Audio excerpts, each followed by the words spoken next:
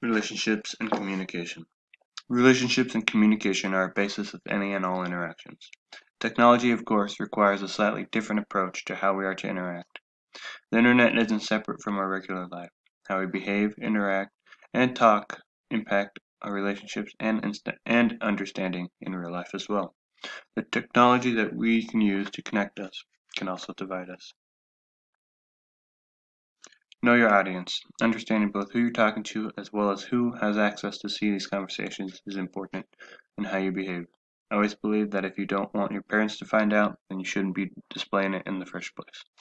With many different social medias, once information is displayed, it's there for good. Instant messaging like Facebook, text, Instagram, and disappearing texts and photos encourage young people to behave more carelessly. Be honest. Openness in any relationship is crucial. Again, this technology is supposed to connect us. Use it like that. Being upfront about what is private and what should be shared is always a good way to establish boundaries and avoid later excuses of "I did not know." Technology is a tool. It can be taken away if misused. Furthermore, if it doesn't replace face-to-face interactions.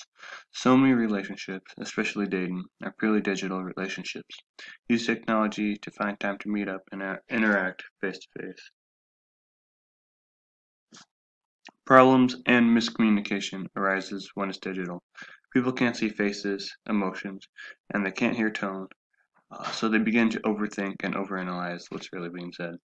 I absolutely believe that they can be a great tool in growing and strengthening relationships when distance or busyness becomes an issue. We just have to treat it as such, a tool.